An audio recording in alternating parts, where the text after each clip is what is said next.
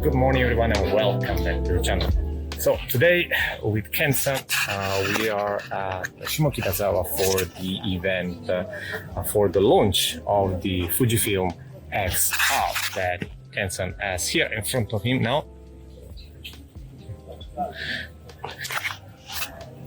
We have a couple of hours to test it out. First impression, これどう？もう初めて触ってるなんですけども、どう簡単だよね。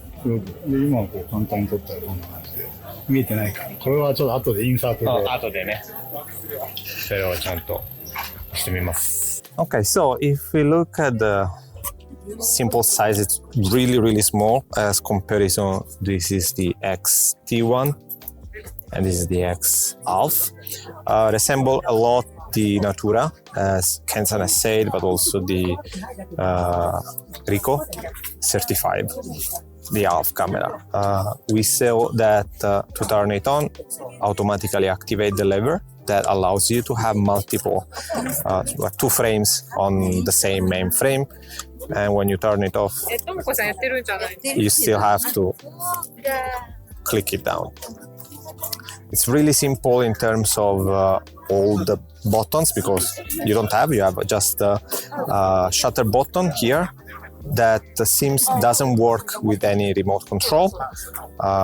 Then we have the exposure compensation, and then on the back we will have the still or movie and the play button to see the picture that you have taken, and that's all. Plus the flash here on the side, you activate, you have this LED flash here that is nothing special.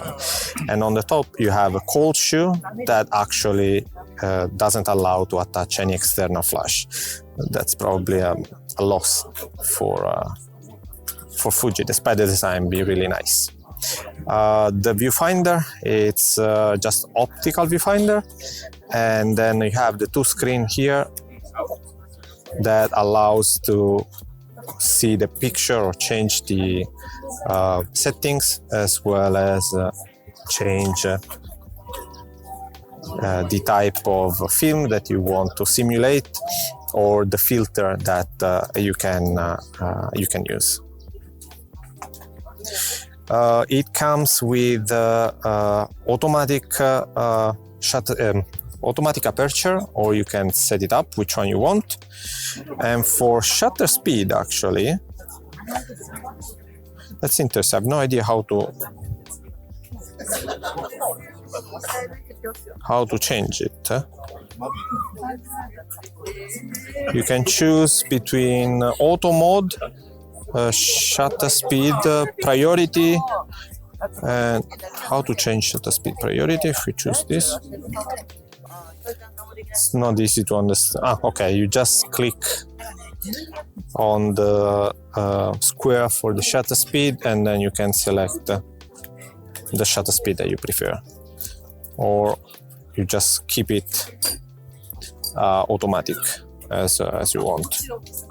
So it used the simple MPW126S battery that is actually the same that we have here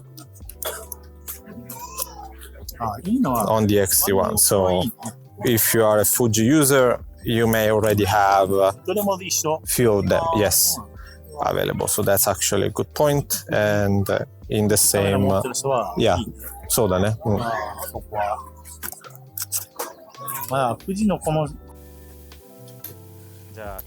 So I'm trying now to take the video with the features 2-in-1, so the two frames one next to each other. And the good point is that actually the camera post-process that later after you take it, so that you don't lose the audio, how instead we saw at the end of inside the camera. So it's good because you can keep both of them and still decide which audio you want at the end of the day to keep in the video. It's nice that the features works in a way that the same amount of seconds that you take the first video, you need to take the second as well. So you will have a countdown clock that will go back on the same amount of seconds.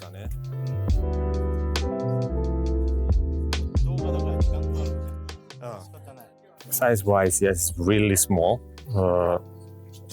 Actually, I have 2 fingers that I'm not really using, but it's super light and pocketable, pretty sure about that. But if you have a big hand, it can be a little bit hard. We decided then to test how long the video capability is in the camera, and also, as you can see now, what's the performance for a non-stabilized camera. The camera is capable to record up to 1 minute of video in 1080p, and of course not having stabilization is not so good.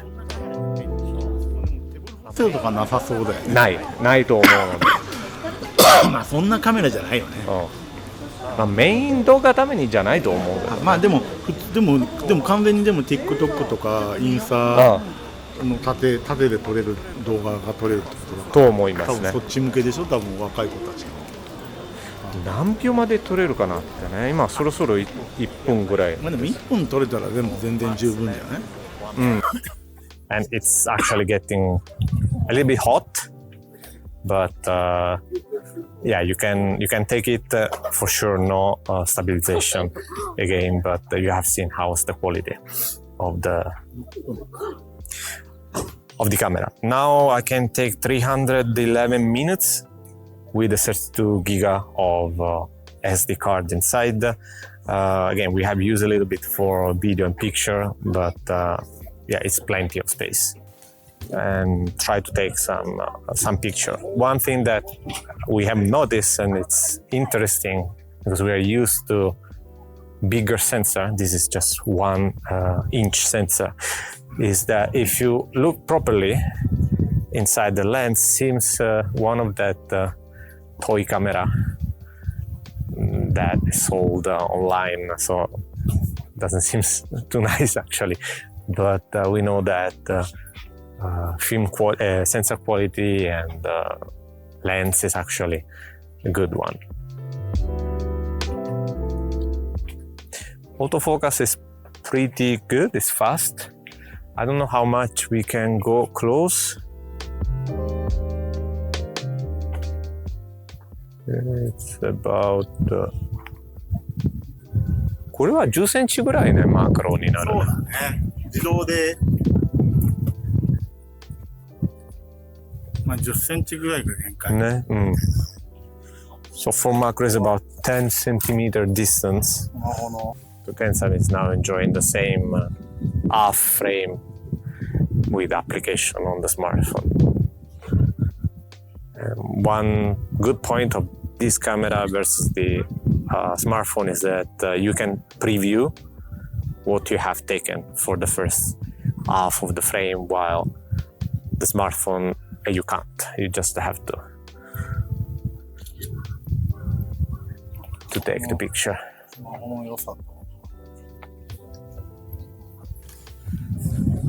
So one of the filters here allow the double exposure, so we are trying to play.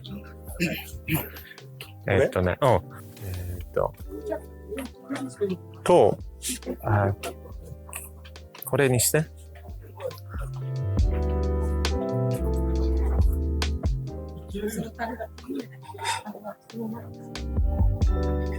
ああ、難しい。ちょっと待って、動かないで。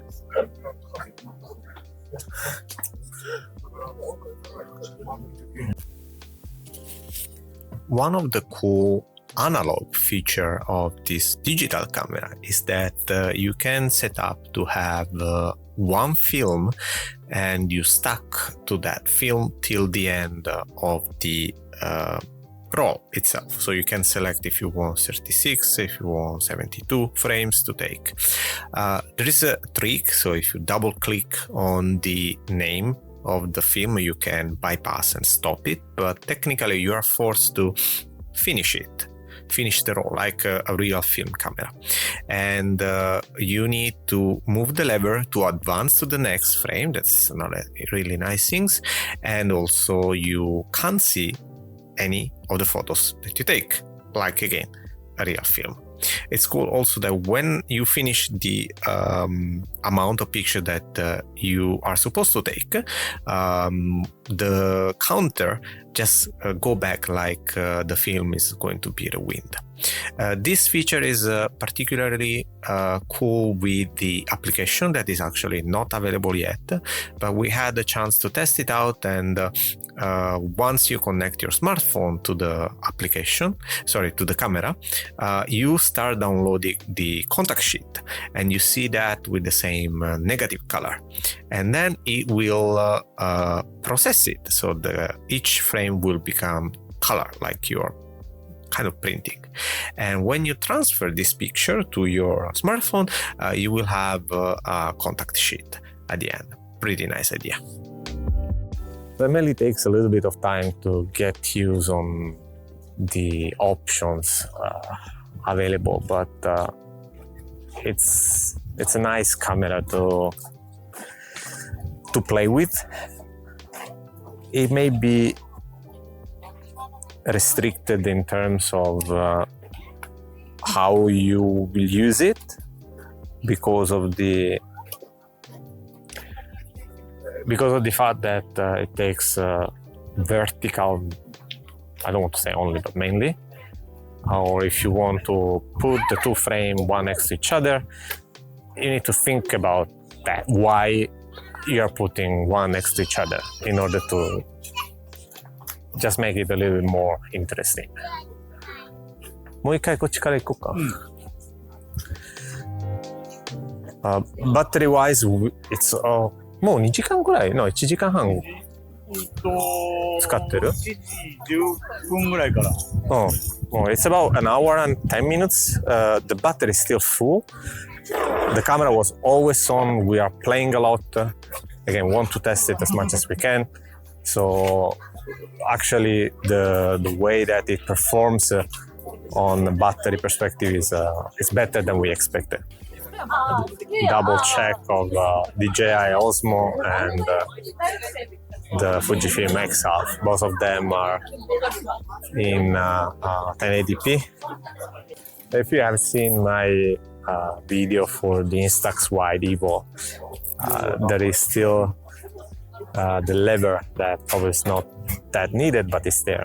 And even with this concept of the need to move the lever to move to the next frame is actually something really small, but super interesting that Fujifilm has added to make their camera more retro and vintage, not only in the way that it is designed externally, but in the practical way of using the camera. So you can actually focus both touching the screen on the back, depending if it's close or far the subject, or on the lens, you can turn the ring of the lens and again focus close or far. So actually the idea of having this half camera is really new on the digital side, and that's why Ken-san scored a 10 out of 10 for too much? I don't know, but is it actually fun to play with the camera? Again, we have no idea how the quality is at the end because we couldn't see the picture so far.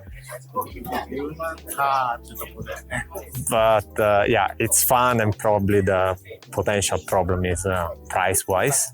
Because again, $899 to probably $1,000. I think it's based on the color. Probably it's a little bit too much. I don't know. What do you think? Let me know in the comments down below. Well, that's all for us for today. We have 10 more minutes of playing with the camera, but yeah, let me know in the comments down below what you think about that, what you think about the quality, and till next time, stay click. Bye.